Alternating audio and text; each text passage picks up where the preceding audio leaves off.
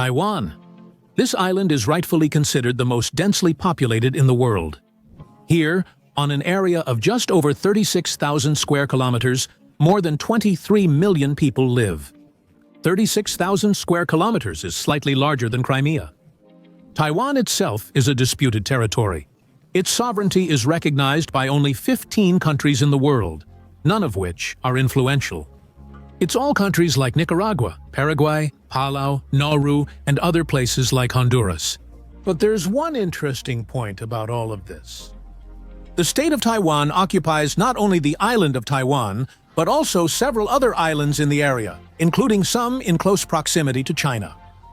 But imagine, besides these islands, they're also eyeing Russian territories.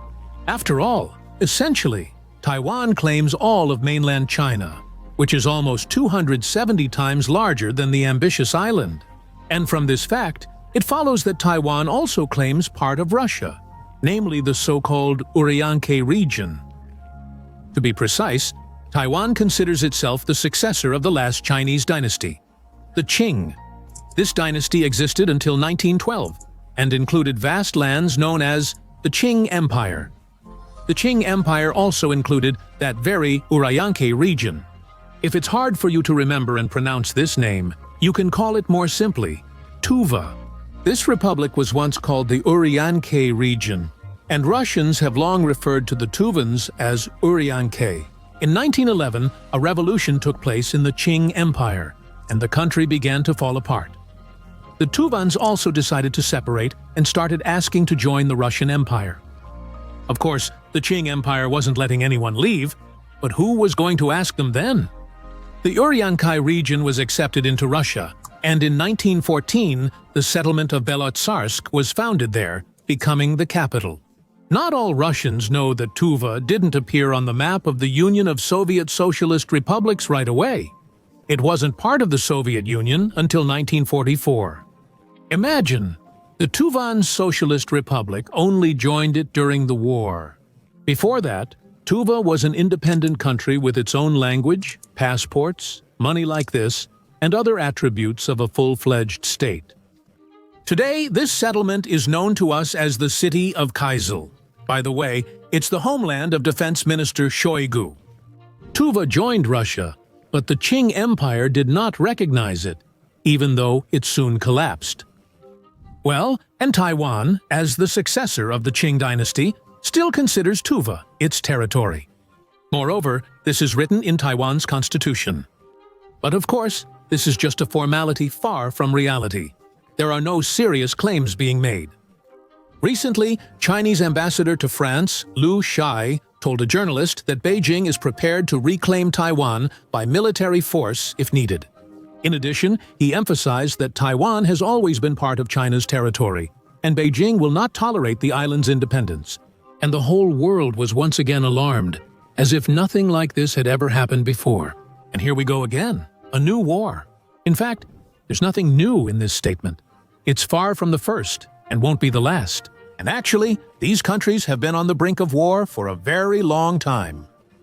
Every time it comes to Taiwan, the world first shudders in horror, and then grabs some popcorn and keeps watching. That's what happened in 1958 when China, outraged that the United States Air Force and Navy were supporting Taiwan, issued the so-called final warning. Everyone thought World War III was inevitable, but it didn't happen.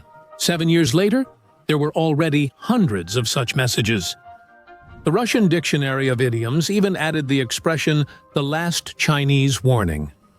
In this big documentary, we will show what's really going on between China and Taiwan, and at the same time, we'll explain why Beijing considers this island its breakaway province. We'll find out how one of the rulers of the rebellious island ended up with a real Russian wife, and how he was raised by Lenin's sister.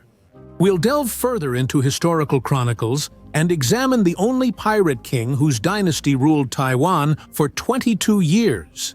We'll also explore the space, simple pleasures like striptease at funerals, local cuisine, and kids sleeping in sleeping bags at kindergartens. Let's probably start with the present, with what makes the phone in each of our hands useful for more than just a hammer. For the past several decades, Taiwan has remained in the shadow of mainland China, both politically and economically. People around the world debated if Beijing could surpass Washington to become the top global economy. According to a common stereotype, China still remains the world's main factory, even though the production of many consumer goods has long since moved to other countries in the region: Cambodia, Taiwan, Bangladesh. However, with the onset of the pandemic, the focus of global attention shifted slightly, and it was Taiwan that demonstrated its significance. Global events triggered increased demand for computing equipment, consumer electronics, and medical devices, all of which require semiconductor chips for their production. Their main development and manufacturing center is in Taiwan, and the role of Taiwanese companies in the global economy can be judged by the share they occupy in their respective markets. In 2022, Taiwan Semiconductor Manufacturing Company accounted for 52% of all microchips produced worldwide. Among its clients are Apple, Nvidia, Advanced Micro Devices, Sony, and Intel. Companies choose Taiwan Semiconductor Manufacturing Company for two reasons. First, it has the largest semiconductor manufacturing plant in the world, which allows Taiwan Semiconductor Manufacturing Company to meet any volume demands.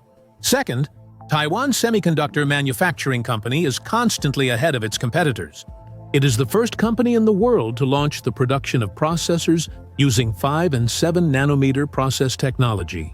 Currently, only Taiwan Semiconductor Manufacturing Company and Samsung can make 5 nanometer chips. Taiwan Semiconductor Manufacturing Company is preparing to launch the production of processors using 3 nanometer process technology by the end of 2022. Apple and Intel will be the first to try the new technology. Another Taiwanese company, MediaTek, leads in smartphone chip production volumes with 32%. Another one, United Microelectronics Corporation, ranks third in the global semiconductor market. Foxconn employs 1 million people, making it the largest company in Taiwan and among the biggest in Asia. Toyota, Volkswagen, and Ford have bought Maxus car tires for years. And Taiwan also has an aerospace industry, which is something very few countries have. Aerospace Industrial Development Corporation was founded 53 years ago.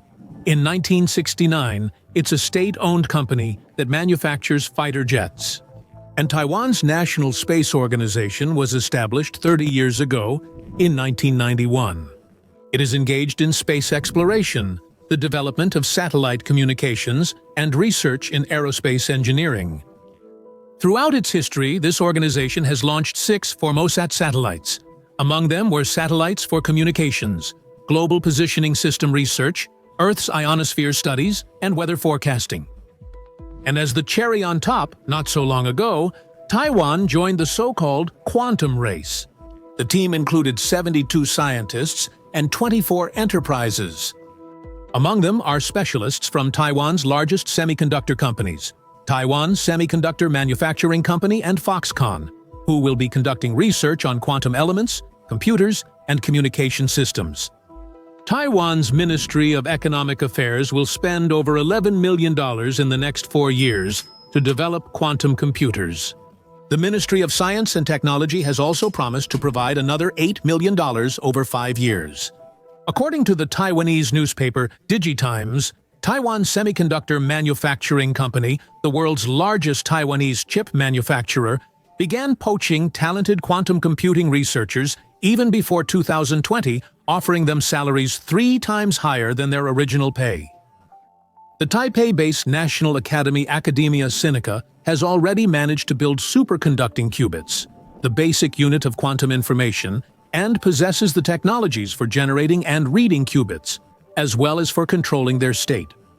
According to Academia Sinica President James Liao, the institution's research staff has been intensively studying quantum computing technologies and quantum materials for 10 years, which require miniaturization technology. And this is exactly the strong point of Taiwan Semiconductor Manufacturing Company as silicon chips. Cybersecurity is also a serious matter.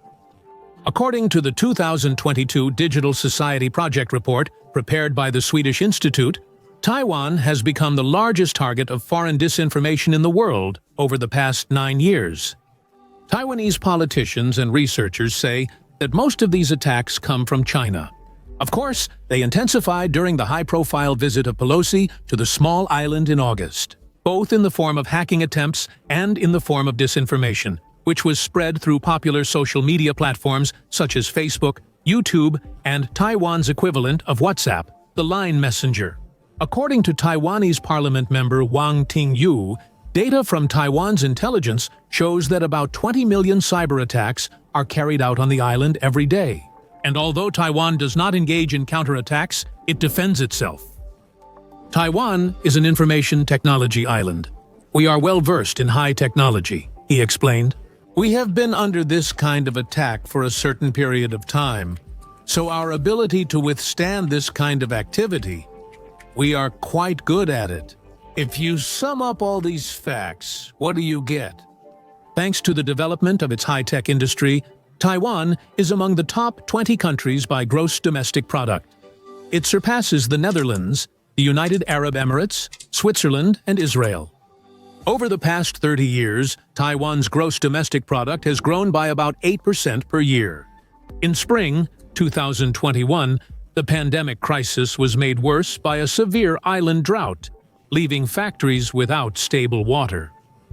All of this led to a global shortage of microchips, which in turn affected the prices of final products.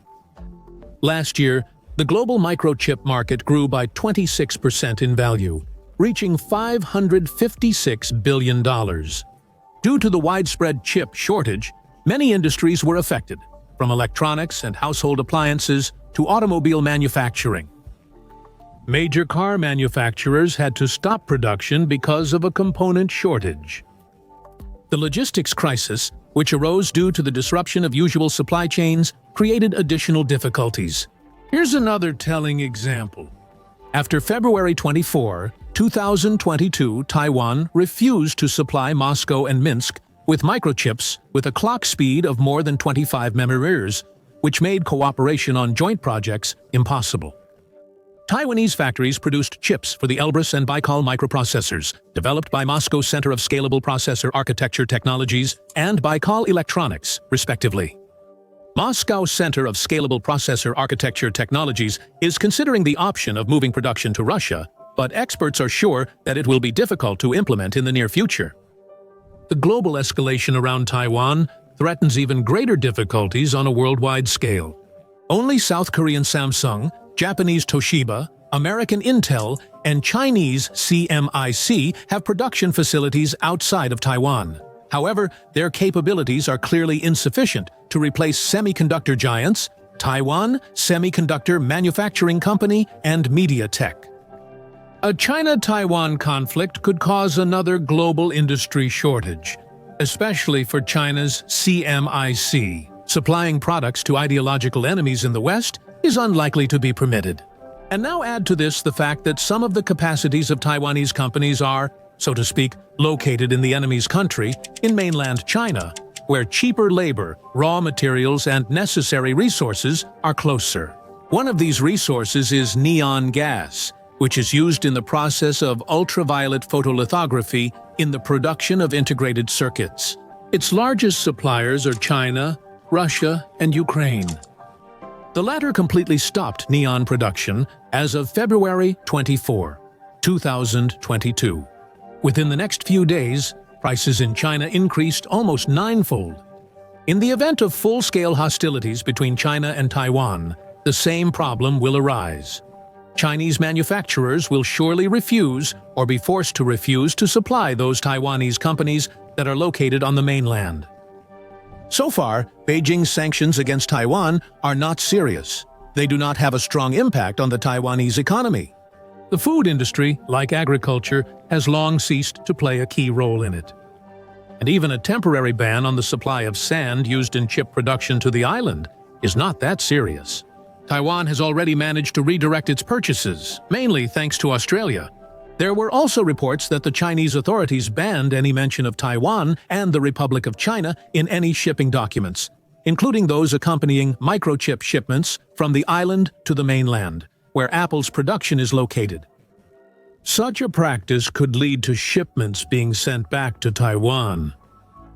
Under such conditions, efforts to develop domestic microchip production have intensified in the West. The United States and European Union have discussed the need for technological independence from Asian countries in this field for several years. In early August, United States President Joe Biden signed a law allocating $280 billion in support for the national semiconductor industry.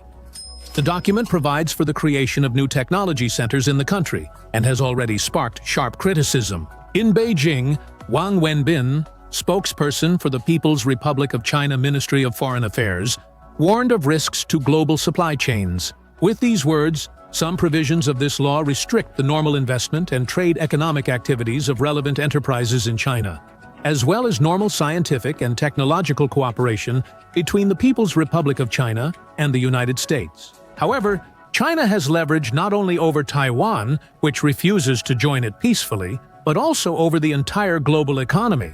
Subtitles by Dima Torzak. Restrictions on producing or supplying microchips or their raw materials will impact many industries and put hundreds of millions of consumers worldwide at risk. But at the same time, China itself won't be able to avoid problems either. At the same time, the supply of petroleum products, car tires, food products, and other industries in which Taiwan specializes will also decrease. Analysts agree that the Chinese leadership is aware of the risks of escalation and will not take drastic steps, at least in the foreseeable future. And apparently, if a full-scale crisis can be avoided, this could become a rare example of how the economy, its realities and needs, force world leaders to curb their geopolitical ambitions. However, it is impossible to fully understand how Taiwan became China's Crimea without some historical background. And to get a deeper understanding of the Taiwan issue, let's dig into ancient history. The history of relations between the mainland and the island is very long and complicated. The earliest mention is in the 3rd century Chinese chronicles Ho Han Shu and San Guo Ji, where it's called Yizhou, the island of barbarians. It was then home to various Gaoshan tribes. Surviving records say the first Chinese military reconnaissance arrived in 230, and in the turbulent 610s, a 10,000-strong army landed there. Afterward, communication with the island improved, but it was officially incorporated into China only in the 12th century. After that, the Chinese began to settle the island and gradually pushed the local tribes further into the mountains. However, someone was constantly trying to take over the island.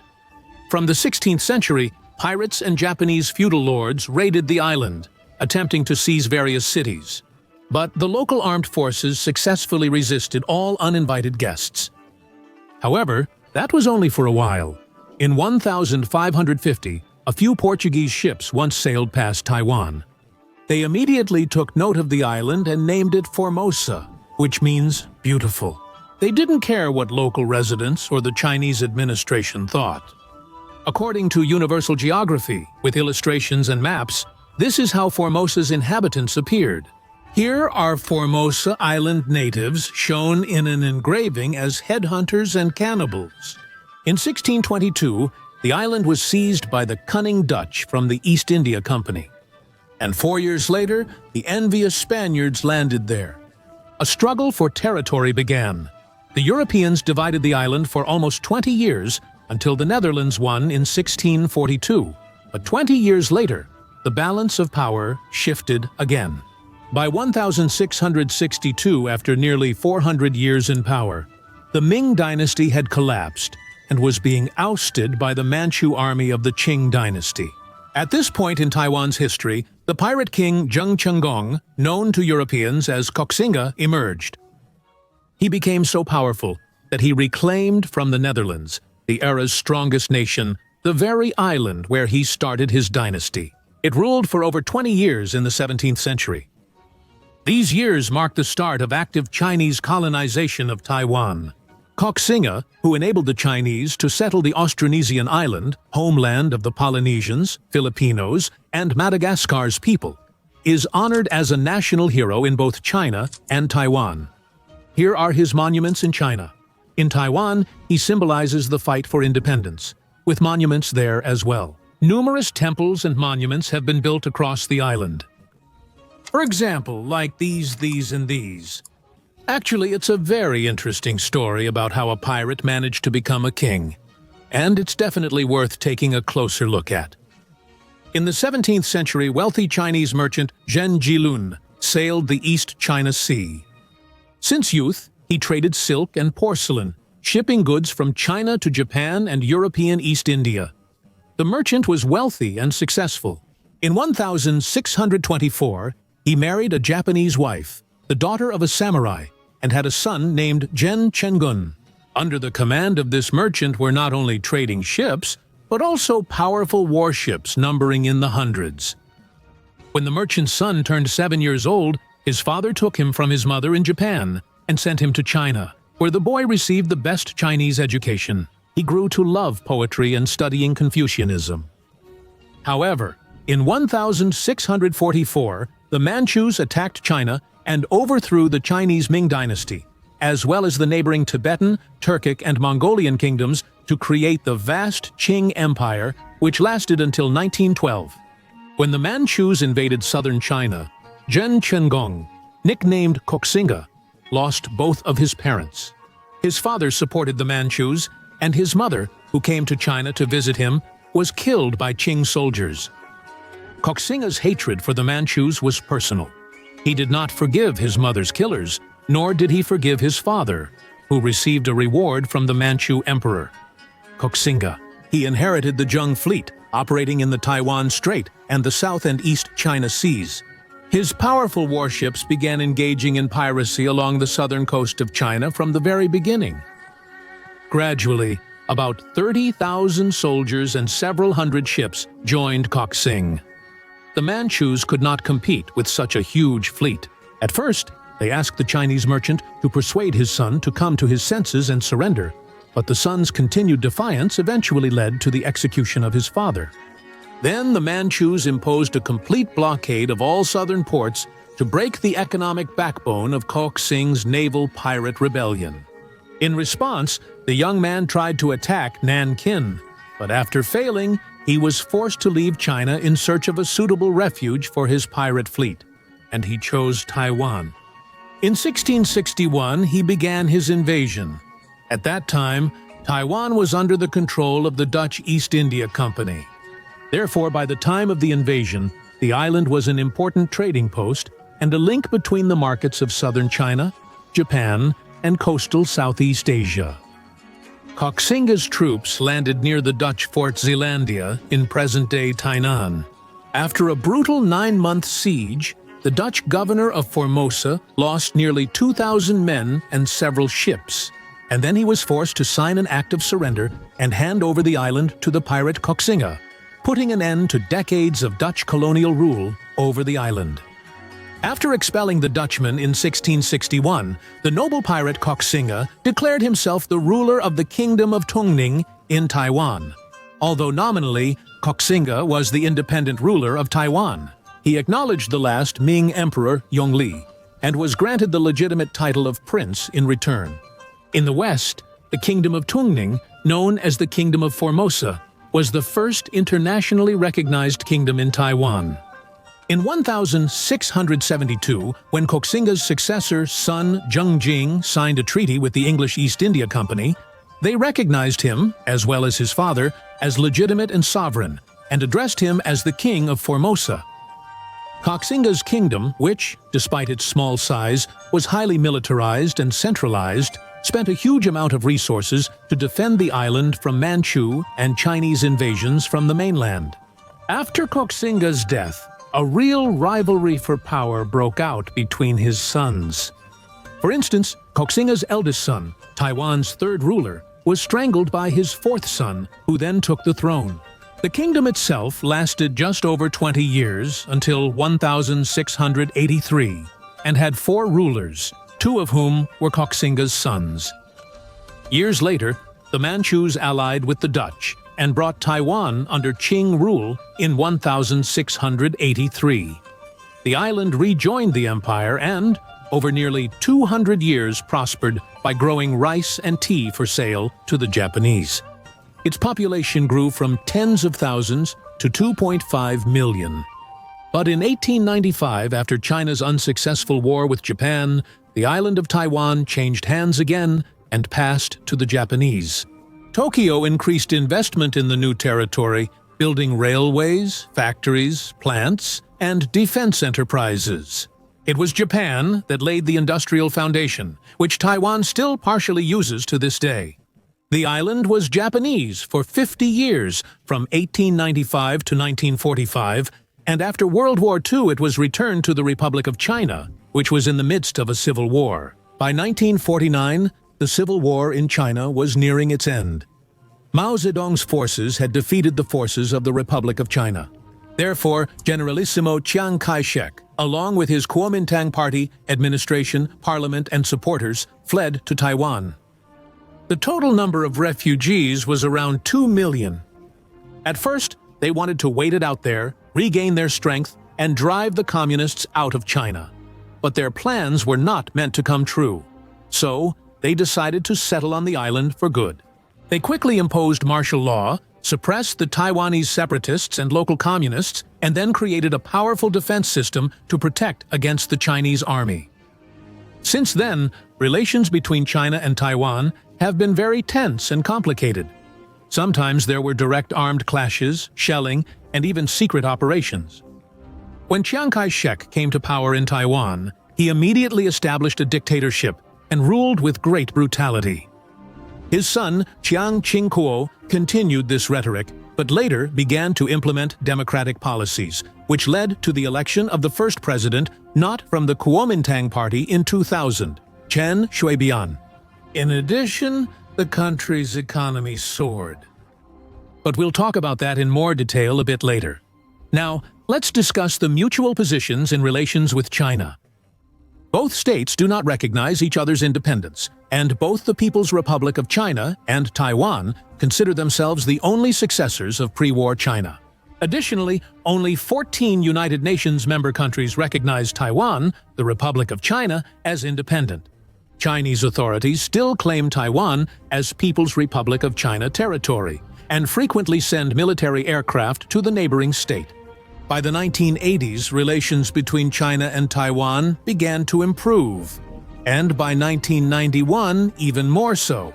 Taiwanese authorities ended the war with the People's Republic of China and eased rules for Chinese citizens visiting and investing. China proposed the one country, two systems principle, offering Taiwan autonomy if it joined China, but Taiwanese authorities did not agree. However, Beijing still maintains its position, believing that Taiwan is its breakaway province, which can be returned by force if necessary. Over the past 2 decades, relations between the countries have constantly changed. If presidents from the Democratic side are elected in Taiwan, relations deteriorate because the Democrats advocate for full independence. But if someone from the old Kuomintang Party comes to power, their representatives, on the contrary, try to smooth over the conflict and develop economic cooperation. In January 2020, Democratic Representative Tsai Ing-wen was re-elected and declared the one country, two systems principle unacceptable, stating Taiwan is an independent country. As a result, relations between the countries quickly became strained.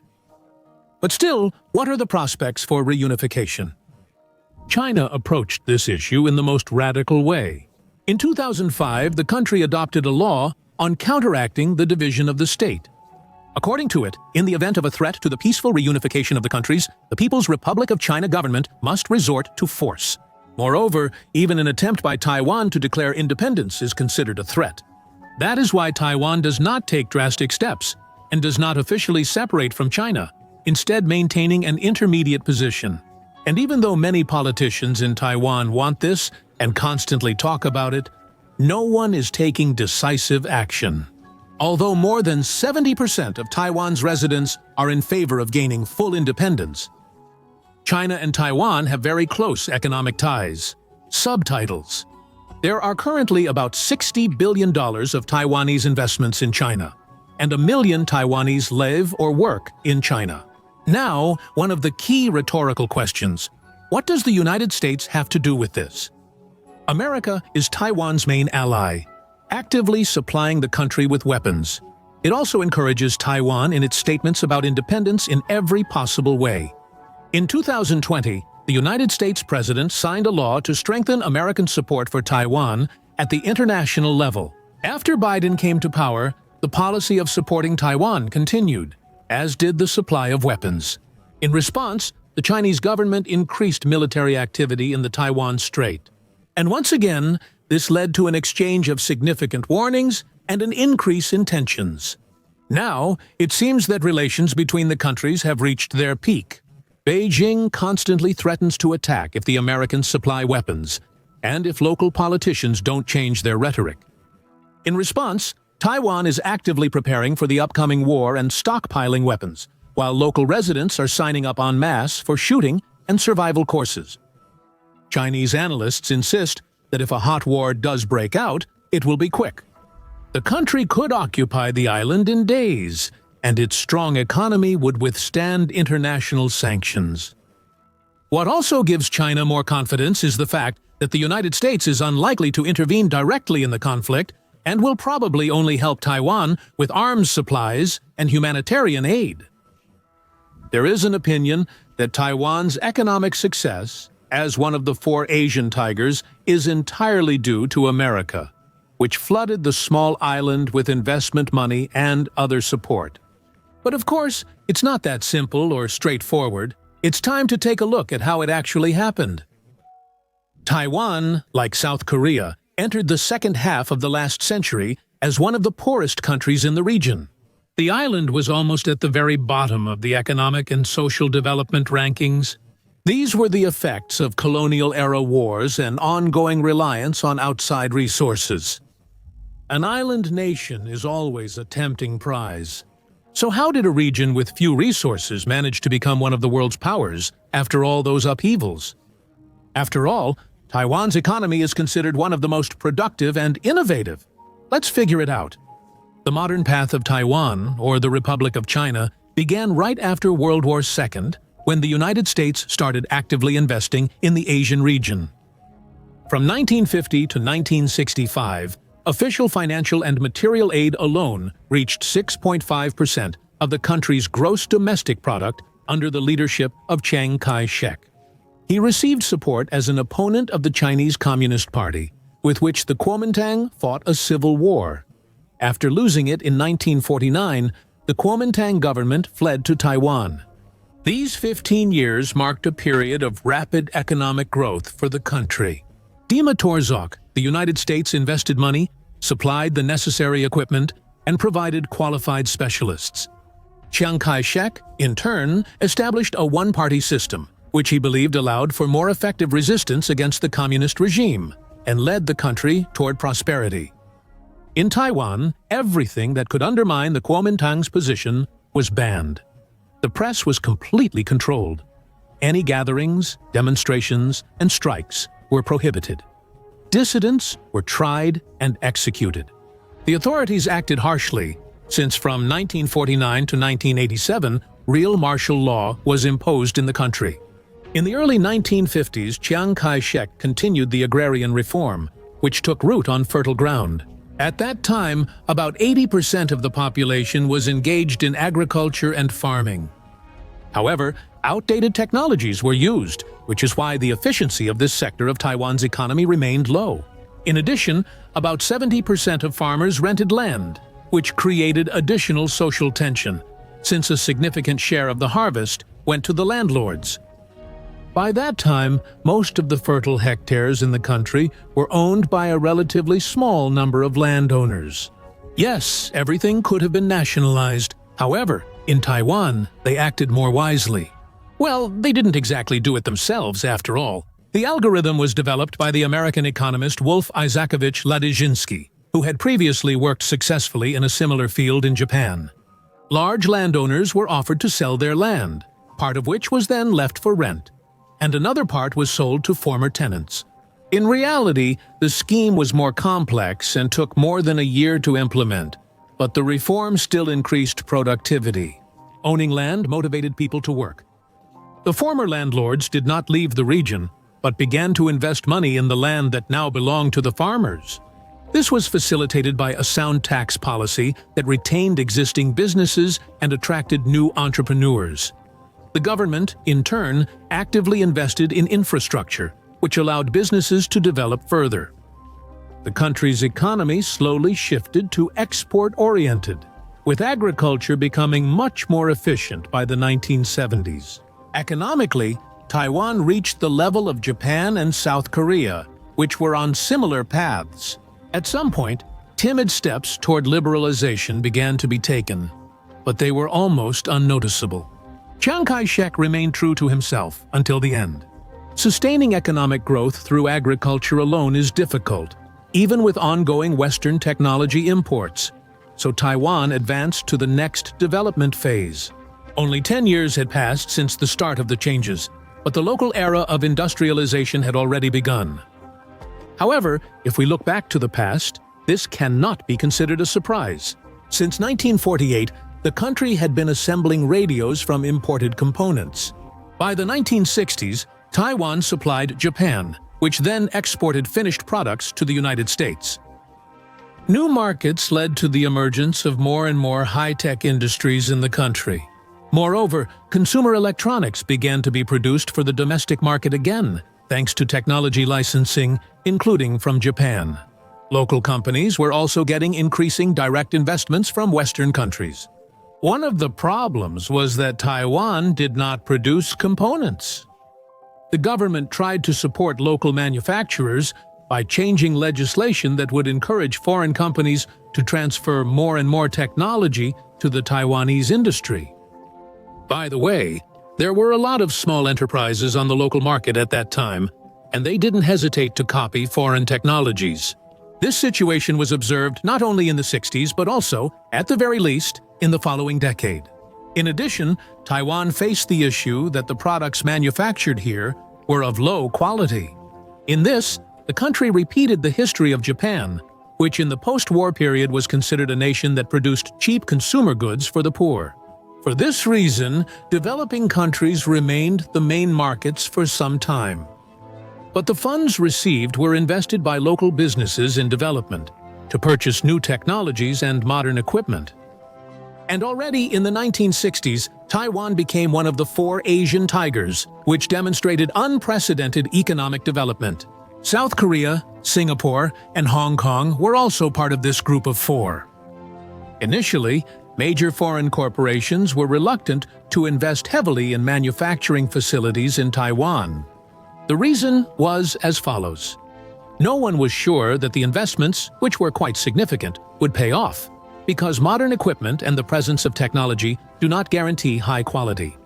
Anticipating this, the Taiwanese government invested money not only in infrastructure and manufacturing, but also in training qualified personnel who were expected to stay in the country and work for its benefit. It was a long process. The turning point came closer to the end of the 1960s when the American company Philco, owned by Ford Philco, came to the country. Taiwan proved that quality products can be produced at lower costs. It became one of the players on the world stage whose manufacturing began to gradually migrate to Asia. Later, a state-owned enterprise entered the game, signing an agreement with Radio Corporation of America Corporation to acquire complementary metal oxide semiconductor technology rights. The Americans also arranged training for future engineers. In addition, the state-owned enterprises created in the 1960s began to be gradually privatized to increase their efficiency, while the government acted as a regulator, preventing the emergence of monopolies. Meanwhile, existing mechanisms made it much easier to attract investments, launch new production facilities, and modernize the tax system. Those who benefited the most from the latter were the ones focused on exports, since Taiwan itself was oriented toward exports. The 70s were a time of economic and social upheaval for Taiwan. The decade began with a change in the United Nations' attitude, and in 1975, Chiang Kai-shek passed away. Host Jiang Changguo, also known in the Union of Soviet Socialist Republics as Nikolai Vladimirovich Yelizarov, succeeded his father as chairman of the Central and Central Executive Committees of the Kuomintang, the only legal party. Few people know that, in fact, Taiwan's ties with Red Moscow were, in the literal sense, family ties. One of the founding fathers of independent Taiwan, Jiang Jingguo, was fluent in Russian, was married to a Russian woman, and worked at Uralmash. Let's take a look at this astonishing story. For that, let's turn back time 100 years. On the banks of the Yellow River, a civil war is raging between their own reds and whites, the Chinese Communist Party and the Kuomintang movement. The former are formally considered communists, the latter nationalists, but there are few differences between them. Both camps know China is poor and backward and needs external allies to survive. Western powers and militarist Japan view the Celestial Empire solely as a colony to exploit. But to the north is the young Soviet Russia. In 1923, one of the Kuomintang leaders, Chiang Kai-shek, goes on a 3-month business trip to the Soviet Union, where he meets with Trotsky and other comrades. It's easy to see why the Soviet leaders are interested. After all, even though China is now the backwater of the civilized world, it won't always be that way. The most populous country on Earth can't remain an outsider forever. The foundation of industrial growth is cheap labor, so China can and should become an economic giant. That's why the Bolsheviks did everything they could to court their Asian comrades, especially since Red Moscow was being blockaded by Western democracies. And here was a promising ally. After meeting the Russians, Chiang Kai-shek decided the Soviet model didn't suit the Chinese nationalists. But without a modern army, they would definitely lose. They had to send young Chinese to Soviet military academies. And in 1925, he sends his son to Moscow. There is also a more romantic legend. At the time, the 15-year-old boy attended school in Beijing, reading in newspapers and books about the northern neighbor's remarkable social experiment. Inspired by Soviet soft power, he chose to continue his studies in the Union of Soviet Socialist Republics. Regardless of the truth of any particular legend, his powerful father approved the trip. A century ago, Moscow faced the housing crisis described by Bulgakov, and young Jiang Jingguo was taken in and raised in an apartment. Anna Ilyinichna, Lenin's sister, is said to have treated him like an adopted son. In the 1920s, Moscow opened a network of universities for students from Asian countries. There, they were educated in the communist spirit, and the graduates became promoters of those ideas in their home countries. In this regard, the Soviet Union was very effective at that. One such international school was Communist University of the Toilers of China, the Communist University of the Toilers of China. It stood on Volkonka, across from the Cathedral of Christ the Savior, which was still standing then. Communist University of the Toilers of China opened in September 1925, and Jiang Jingguo became its first student, along with about 100 compatriots. Sitting at the desk next to him was a young man named Deng Xiaoping. Who would have thought that 50 years later, one would lead Taiwan and the other China? Of course, all these promising individuals were thoroughly vetted by the Lubyanka. But soon, something unpleasant happened. In China, Chiang Kai-shek became a dictator, split from the communists, and began repressions known as the 1927 Shanghai Massacre. Jiang Jingguo quickly sent an angry letter to his homeland, condemning his father's opportunism and stating his wish to side with history in the Union of Soviet Socialist Republics. One version says Stalin personally summoned the young man and nearly dictated the text himself. Jingguo remained in Russia and, for security, was given documents as Nikolai Vladimirovich Yelizarov. After all, some agents could have kidnapped the son of the Chinese leader. After Communist University of the Toilers of China, he attended Soviet military universities. Meanwhile, the internal party struggle continued in the Union of Soviet Socialist Republics. The supporter of permanent revolution, Trotsky, lost and was exiled. But Stalin, who preferred to first build socialism in a single country, finally rose to power. Why was it necessary to carry out industrialization? Money was needed for industrialization. Money could be obtained by selling grain on the international market. But first, the grain had to be extracted from the peasants. In the early 1930s, Nikolai Yelizarov, Lenin's sister's adopted son, helped enforce collectivization in Moscow region villages by pushing peasants into collective farms. It's possible that he went too far with the dispossession of the peasants. This might explain why, In 1932, the young man was suddenly sent far away to Sverdlovsk, which is now Yekaterinburg. There, Jiang Jingguo worked at Uralmash. For a while, he even edited the factory newspaper, which means he had a good command of Russian. He met his destiny. Faina Vakreva, an 18-year-old shop worker and Komsomol member from Orsha, Belarus. There is even a semi-fantastic legend that the young man defended the girl from hooligans in the workers' settlement, using kung fu techniques. But then came the year 1937. Since the Bolsheviks' World Revolution era, Zingo kept Trotskyist friends. This led to his arrest during the Great Terror. But again, Stalin changed the young man's fate. At that time, the Japanese-Chinese War resumed, and Tokyo's militarists advanced further into China. Stalin understood that if they won, they would target the Union of Soviet Socialist Republics next. This could be prevented, to unite the Kuomintang and Communist Party of China against Japan. Moscow had leverage over both sides. Chiang Kai-shek's son was essentially held hostage. In his diaries, he wrote, "Jingo is not a bargaining chip. I won't betray my country for him." But in reality, it seems that behind-the-scenes agreements with the Kremlin did take place. In spring 1937, Nikolai Yelizarov was released and returned home with his Belarusian wife. A few months later, Chinese nationalists and communists made peace. After World War II, with their common enemy gone, the Chinese Reds and Whites resumed quarreling. Chiang Kai-shek and the remaining Kuomintang fled to his Crimean island in Taiwan. His son held key positions in the new state. No 24 Park follows. In 1950, Jiang Jingguo led Taiwan's intelligence services and began repressing both real and perceived Kuomintang enemies. He was likely inspired by witnessing Soviet repressions firsthand. Then, the son of Lenin's sister became vice premier, and later, premier under his aging father, the president. He led capitalist Taiwan with an almost Stalinist approach. First, a crackdown on the opposition, and then rapid industrialization. In 1978, after his father's death, Jiang Jingguo became president. And a new turn. The former instigator of repressions carried out democratization, allowed other parties to operate, released opposition members from prison, and passed away peacefully in 1988.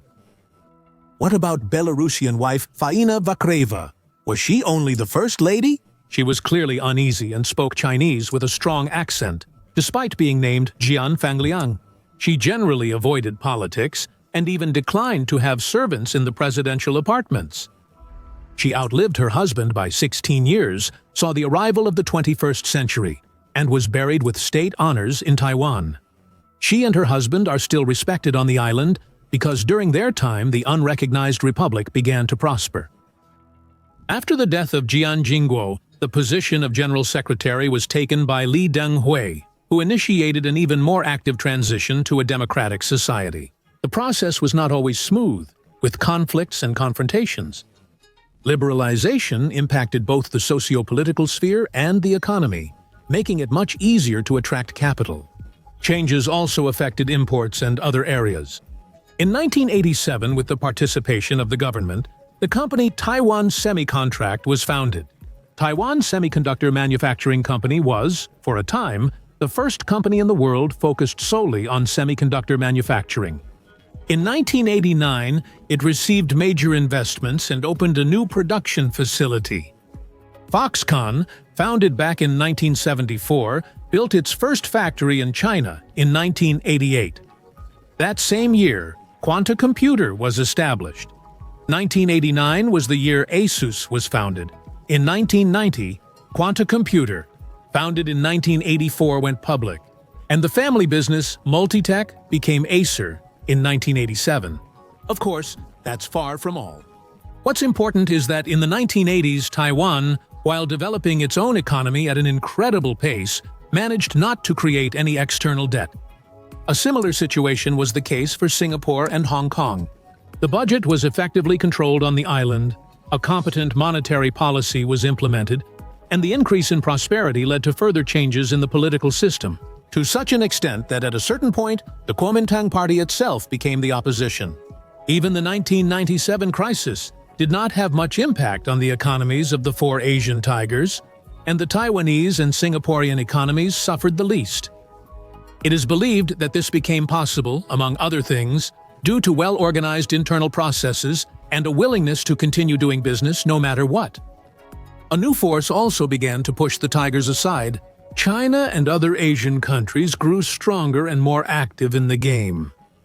Taiwan was gaining points thanks to its high level of education and workforce training. The country remains on the list of developed economies in the world and has successfully dealt with economic crises.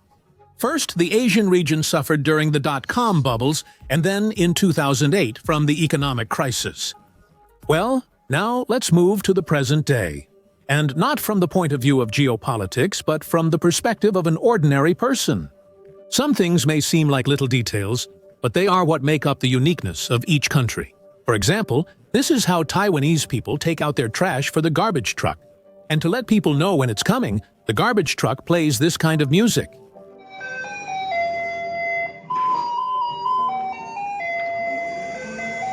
The thing is, there are no public trash bins on the streets in Taiwan. You can only throw away trash in certain places, like at a metro station, or you have to take it home. In fact, the second option is preferred, and most residents follow it. In Taiwan, trash is sorted and thrown away only in special bags approved by the city authorities. That is, you bring your soda can home, sort it, and put it where it belongs. Then comes the best part: waiting for the musical garbage truck. At one time, this solution helped significantly reduce the spread of diseases carried by rodents and insects. Everything that comes with garbage bins. No garbage bins, no trash, at least not on the streets. The system of chronology in Taiwan is also interesting. It's different from the international one. Yes, not all Eastern countries count years from Christ's birth, but Taiwan stands out. Their year one is 1912, the founding day of the Republic of China, Taiwan's official name. So their calendar starts from January 1, 1912. But even if you don't take the calendar oddities into account, Taiwan, like any other Asian country, is extremely interesting when it comes to cuisine. Every country is known for a certain dish that its people love the most. And for Taiwan, it's a special type of fermented tofu. The snack is literally called stinky tofu in translation, and the name is fitting, as many people have described the stench as smelling like blue cheese or wet socks. To make it, tofu is fermented for weeks or even months in a special brine. To put it bluntly, they let it rot thoroughly. Most brine recipes include fermented dairy products, various meats, fish, and vegetables. Stinky tofu doesn't just smell when you're nearby. Its odor can spread up to 300 meters, but most Taiwanese people love it. Stinky tofu is usually not sold in restaurants. So, if you ever come to the country, you'll have to visit some of its famous night markets. Or, for example, what do you think this is? Really? Of course, it's not fried jellyfish. These are just regular dumplings. The dough is made from rice flour instead of the wheat flour we're used to. Because of its properties, it's transparent, so the pork inside looks pretty bright. And thanks to the sauce, it even looks bloody. Or here's another amazing thing. Despite its relative similarity, this is not an organ, but just an ordinary mollusk. This cheerful fellow is called a geoduck, and it's a fairly common mollusk off the coasts of the United States, Canada, and Southeast Asian countries. But while it hasn't gained much popularity on the American continent, Asians absolutely love it, especially the Japanese, Chinese, and Taiwanese. They eat it raw, boil it, fry it, bake it, and enjoy it in all sorts of variations. How about some bloody soup? It's made in some street food stalls in residential areas of Taiwanese cities. It's made with pig's blood, meat, noodles, and vegetables. It's considered a delicacy, and many people even come specifically to the eatery that makes this soup from other areas. Another dish loved by Taiwanese people is smoked chicken. They are prepared with their heads, which are always twisted toward the back before smoking. Once they're ready, they're hung on hooks, as if they've given up the ghost, the spirit after long torture. And here are fried duck heads. or this local Taiwanese version of popcorn. This is what it looks like. At the entrance to small cinemas in residential areas, they sell shrimp, shellfish, and even chicken. Small pieces of meat or seafood are coated in breadcrumbs and fried in very hot oil so that they literally puff up and then crunch in your mouth. There's also this kind of Taiwanese street fast food, fried frogs with beer. Among the fish, chicken wings, and duck tongues, there are frogs that will be cleaned, fried, and beautifully served with vegetables right in front of you. Another question: what do you think these beauties are selling in Taiwan's highway display windows? It's not what most people think. They're selling something different. Batel is a nut that grows in Asia. It contains special substances that give a feeling of euphoria. On the island, betel is in high demand, especially among men who do physical work. They are the main consumers of this kind of chewing gum. That's why the marketing is like this. The girls try their best to focus on their target audience: construction workers, truck drivers, taxi drivers. At one point, the authorities started introducing laws that prohibited beetle beauties from dressing too revealingly. But overall, they never managed to completely ban this phenomenon. And the girls are still making money this way, and truck drivers still stop by to get some chewing gum from them. The well-known brand Hello Kitty in Taiwan is something like Pushkin in Russia. It's everything to them. Actually, it's not even theirs, because the brand is originally Japanese. But the island's residents loved it so much that the concentration of Hello Kitty per square meter here is even higher than in Japan itself. They use it on nearly everything, from airplanes to wine and vodka. When it comes to sports, American types are popular in Taiwan. For example, the locals love American rugby, and they've become so skilled at baseball, which is popular in the United States, that it has practically become the national sport here. The Taiwanese children's team is considered the strongest in the world. Baseball players on the island are so skilled that they've won twice as many international titles as Japan, the next closest competitor. In countries with a large population but a small area, like Japan and Taiwan, high-rise construction is the most effective solution, especially considering that a significant part of these countries' territory is made up of mountains. Compact cities are one of the main goals of urban development. Mountainous areas are often seismically active, so architects and engineers must carefully consider skyscraper stability. Strong winds cause swaying, which is already a widespread issue. Inertial dampers handle this problem. These are devices that reduce vibrations in the building. The largest damper is located in the half-kilometer-high Taipei building in Taiwan. It's a pendulum ball weighing 660 tons installed on the top floor. By the way, you can actually see it in person. Thanks to it, the building withstands wind loads, and its top remains almost motionless even during an earthquake. The building's lower part used strong, flexible materials, so it would move in an earthquake, but not collapse. But of course, a city dweller can get tired of all these urban views. That's why one of the most popular activities here is ecotourism. Taiwan is a paradise for hiking enthusiasts and for those who simply enjoy walking in parks or on mountain slopes. Everything is set up for this here. There are trails, hotels, and campgrounds. Overall, it's very similar to Hong Kong. There are also quite exotic, remote places. For example, the cat village Hoton is a real paradise for cats, since the only legal residents there are cats, and people only serve them and create comfortable living conditions for them. And they also come to visit, feed them, and take pictures. From the largest coal mines in Taiwan. Then, as technology developed, the need for coal on the island dropped to zero, and families left Hotong one after another. A year after the coal mine closed, the village was deserted and would have vanished from the map if not for the cats. Subtitles by Dima Torzok. The people left, but they stayed, quietly searching abandoned houses and outbuildings for food. Residents from nearby villages passing the deserted Hotoni noticed the starving cats and began feeding them. At first, they just gave them whatever they had with them, but then they started coming specifically to feed the animals. People built small houses for them, and some traveled far to care for them. Soon, the cat village became popular with Taiwanese people and then tourists. Now, stray cats from all over Taiwan are brought to Hotong, and they live here in complete comfort, judging by how relaxed they look. All in all, they probably think it's really great that they have people now. Now, as for traditions, there is an unusual tradition in Taiwan: striptease at funerals. It exists in a gray area between legal and illegal activity. Something like this is much less common in big cities.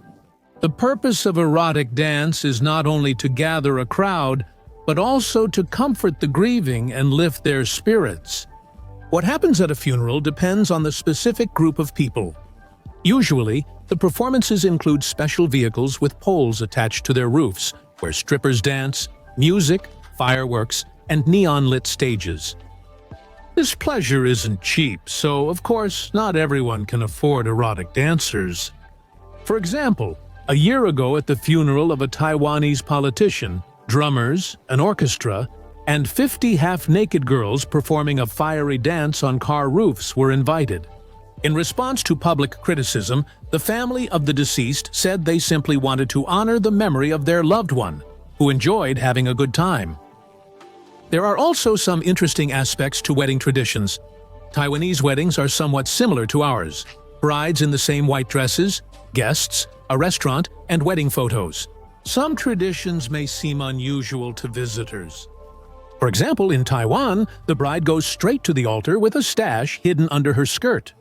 A cloth envelope is often attached to the garter near intimate areas, usually holding a small sum of money, though sometimes more. This is a symbol of the family's future wealth. Another tradition is also connected to wealth. In our culture, newlyweds are showered with rice or something similar, which, according to wedding mythology, is also supposed to somehow bring wealth. And in Taiwan, they carry a chicken in a pot behind the bride. Nowadays, more often, they use a toy or rubber one. And also in Taiwan, it's easy to come across a wedding where the center of the celebration is two cute girls in white dresses. And it's not a prank for the groom, it's a real wedding. Or maybe two grooms. Since 2019, same-sex marriages have been legal on the island. Taiwan became the first Asian country to allow such an event. The court made the decision to allow such marriages back in 2017, and in 2019, they were finally legalized. However, Taiwanese people can only marry citizens of countries where such marriages are also allowed. It's quite strange, considering that Taiwanese society is rather traditional. Grandparents often disapprove of girls dating foreigners and judge them. Children here are raised to always take care of their elders, and girls mostly expect that a man will be the support in the family. And it's doubly strange, because girls in Taiwan, like in some other wealthy Asian countries, often look about 20 years younger than their actual age. Asian follows. This genetic superpower to look like a young student at 45 is something many Asian women have. But Taiwan became especially famous in this regard when 43-year-old Lore Shu started a social media page and began posting the most ordinary photos. Here she is with her sisters. The one in the center is 41, and the one on the right is 36. And there's no plastic surgery involved here. The recipe is pretty simple. First, there's a strong culture of sun protection using clothing and sunscreen. Second, collagen. Here, drinking it every day is as common as brushing your teeth. Third, vegetarianism is nearly as common here as in India. Overall, it's a typical healthy lifestyle. People here also love cosmetics from Japan, China, and the United States. And maybe, Taiwanese women over 40 look so young because they rarely try to become femme fatale. Instead, you can notice that even at the age of 35 and older, they keep a somewhat childlike expression, and sometimes even a childlike way of behaving. Not everyone likes this, of course, but sometimes it works in their favor and makes their age less obvious. The government keeps pestering people by reminding them time is running out. The country has an extremely low birth rate. To spark young people's interest in relationships, authorities in Taipei, Taiwan act as both fairy godmother and matchmaker. In general, the government creates conditions for people to start romantic relationships in all sorts of ways. For example, in Taipei, they hold speed dating events. This topic is popular and supported on Populu, with similar events held in various formats occasionally. For example, in 2020, when the borders were closed, a local airline organized a similar event in the air. However, it was a paid event for wealthy Taiwanese. EVA Air sold tickets for a singles romantic flight. The plane circled in the sky for 3 hours, serving drinks and dishes from a chef on board, and you could get to know an attractive fellow passenger. Then the plane landed at the same airport, and the couples that had formed could continue their date on the ground. By the way, for those who found a partner but got stuck at the romantic dating stage, the authorities in Taiwan also care. The main goal, as we recall, is for Taiwanese people to marry and have as many Taiwanese children as possible. They've flooded the world with microchips, but are among the worst globally at having children. And the population is aging rapidly. The local university offers free courses on personal relationships, where young people are taught how to get along with a partner so that the relationship lasts and develops. But it must be said that all these tricks work poorly. Taiwanese people don't want to have children for the most part, or if they do, they only want a few. Back in 1951, the average woman in Taiwan had 7 children. Some years it's just over 1, others a bit less. It's just statistics. No one has 1.5 children, but more and more often women have 1 child, and 2 is an exception. Having 3 is really an event. Many countries, including ours, face this problem, but Taiwan has advanced further and faster than anyone else. It's surprising, because the country even has a traditional saying, "There are 3 ways to show disrespect to your parents, and the most serious one is not having children." This happens because, first of all, having children is expensive. The country's standard of living is good, but raising children is costly. Education quality is also decent. And fewer and fewer locals are willing to have children based on the principle, if God gives a bunny, he'll give a meadow too. First, Taiwanese people look for the meadow, and they're not particularly satisfied with the result. Housing on the island is expensive. Many people still live with their parents at 30, and if not with their parents, then in a super small apartment. And it's not worth having several children because there's physically no space, or they just don't want to in such conditions. The local authorities, of course, are a bit panicked and are trying to do something about it. For example, there are decent benefits in the country. The basic child allowance for kids under 2 is about 3,500 local dollars. At the current rate, that's about 10,000 rubles. The child bonus is 20,000 local dollars, or 55,000 rubles. There are various payments and benefits. There are many of them, they're attractive, and they're constantly being increased. But it still doesn't really work. If the government's efforts to encourage childbirth succeed, ideally, every child should have a grandfather. Kindergarten. Preschool education in Taiwan involves 2 years of attending kindergarten. This stage is not mandatory, but it's highly recommended. At the same time, there are no free kindergartens. Even public kindergartens charge fees, but they're much lower. $300 to $600 per semester versus $1,500 to $2,000 for private ones. But to get into a public kindergarten, you have to win a lottery. In the literal sense of the word, citizens and low-income families have higher chances, while newcomers have almost none. Kindergartens only appeared in this country in 1986. Before then, there were no official institutions. Their organization differs from those in Russia. Taiwanese kindergartens are essentially the first stage of socialization, teaching children key skills. In Taiwan, kindergartens are usually part of schools. And this is not only to use the shared infrastructure, but also to shift some of the work onto the older children. School children often visit local kindergartens after class to teach kids about sorting garbage, clean up, and do homework together. Children here must sort garbage from a young age. It becomes a habit early in life. In local kindergartens, teachers and volunteers are frequently changed to help children adjust to people coming and going in life. They call these adaptation skills. Each semester, All adults and children in each group are switched, with children able to be swapped among groups. It's believed that this helps Taiwanese people get along better with others in adult life. In Taiwan, kindergarten isn't really a place just for fun, play, rest, and food. It's more like a basic survival school. Instead of making things too comfortable, children are taught, for example, to sleep in sleeping bags. Every child has to bring a toothbrush to kindergarten to brush their teeth before their afternoon nap, and a sleeping bag. Children ages 3 to 5 sleep in sleeping bags, sometimes taking them home to wash. Teachers ensure children change clothes daily.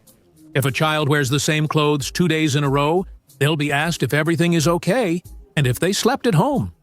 And over their clothes, children wear aprons that protect their clothes when they paint, sculpt, or just play. Children start first grade at age 6, beginning 6 years of elementary education. Classes start at 7:30 in the morning and finish around 4 o'clock, post-meridium. The school week has 5 days. The curriculum includes the following subjects: Mandarin, mathematics, from basic arithmetic to introductory algebra and geometry. In 6th grade, natural sciences include the basics of biology, physics, and chemistry. Native languages, Taiwanese and Hakka.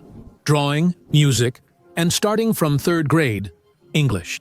Students do not have the option to choose their school. Enrollment is based on their place of residence. To enroll their children in better schools, many parents register them at relatives' addresses in other districts. At the age of 11, students move from primary school to lower secondary school, which is the final stage of compulsory education. At this stage, the workload increases significantly, as the main goal for students becomes passing the national exam to enter high school after completing the 9th grade. The school day can last until 8 or even 9 in the evening. Studying at a full high school also takes 3 years and covers the 10th through 12th grades. The level of pressure at this stage of education is higher than during studies at a junior high school. Now, students face the task of successfully passing the state exam to enter university. If in the lower grades, discipline was monitored by the teacher, then in high school, these duties are performed by a military officer assigned to each school. Also, in addition to general education subjects, military training is introduced into the curriculum, which includes learning the basics of civil defense, basic military training, and initial skills in handling firearms. It is assumed that in the event of emergencies, students of high schools will take on some of the responsibilities for organizing and carrying out civil defense activities. This respectful attitude toward military training isn't accidental. The Army is very important in the life of the small island nation and is generally considered quite strong, thanks, of course, to the support of the United States. As of today, the Army of 22 million-strong Taiwan consists of about 170,000 active personnel and 510,000 reservists. When it comes to equipment, for example, the backbone of Taiwan's Air Force consists of domestically developed FCK-1 fighters as well as American F-16s and French Mirage 2000-5S. In total, the Taiwanese Army has more than 740 aircraft in service, including 290 fighters and 55 attack aircraft. Because Taiwan is an island separated from the mainland by 150 miles, the Navy becomes quite important for its defense. Currently, the Taiwanese Navy has 117 warships and boats. Let's return to education. The field of higher education in Taiwan is represented by a huge number of various educational institutions, which can be divided into the following types: universities, colleges, technical institutes, and so-called junior colleges, which offer 2- and 5-year study programs. The curriculum for first-year students at Taiwanese universities includes an interesting subject: sweeping. It's called something different, but the essence is that all freshmen are required to sweep and mop the floors at their university throughout the year, at any time. They can choose between 7 o'clock to 8 o'clock, 14 o'clock to 15 o'clock, or 18 o'clock to 19 o'clock. At the end of the year, you need to get credit for this activity, otherwise you won't be allowed to move on to the next year. In addition, if the curator decides that the student did not clean well enough during the year, this duty will be extended for another year. Taiwanese universities are either public or private, and all students, including locals, pay tuition. The system uses the Bologna model, 4 years for a bachelor's, 2 for a master's. However, there is also a credit system, so studying for a master's degree can be extended to 3 or even 4 years, as long as you pay the money. Universities also hold good positions in global rankings. National Taiwan University is among the top 100 universities in the world and consistently ranks among the top 3 universities in Asia. After graduation, it's all about work and money. Currently, the average salary of a Taiwanese person is about 95,000 rubles if converted. In micro-enterprises with up to 15 employees, the average salary is slightly lower at around 60,000 rubles. And in large enterprises with 250 or more employees, the salary is already 134,000 rubles. In information technology companies, regular employees earn up to 200,000 rubles compared to an average of 76,000 rubles in the public sector. In Taiwan, there is a progressive personal income tax scale. The more you earn, the more you pay, starting from 5%. There are also many good museums in Taiwan. The main one is the National Palace Museum Gugun. It houses the world's largest collection of traditional Chinese cultural artifacts, about 700,000 in total. The oldest artifact is 8,000 years old. Originally, the museum was located in Beijing, inside the Forbidden City. But before it was taken over by the communists, the Chinese intelligentsia took almost all of its contents with them to Taiwan. The Gugong is among the top 5 most visited museums in the world, along with the British Museum, the Louvre, and the Metropolitan Museum in New York. This is largely because every self-respecting Chinese person considers it essential to visit the island at least once to see what their country was like before the communists came to power. In the museum, for example, you can touch huge gold bars. They say they give off a pleasant coolness. On this optimistic note, it's time to wrap up. We hope you enjoyed our journey together through such a colorful and contradictory Taiwan. Be sure to rate this episode and share in the comments what impressed you most about this culture. And see you in future episodes on our channel.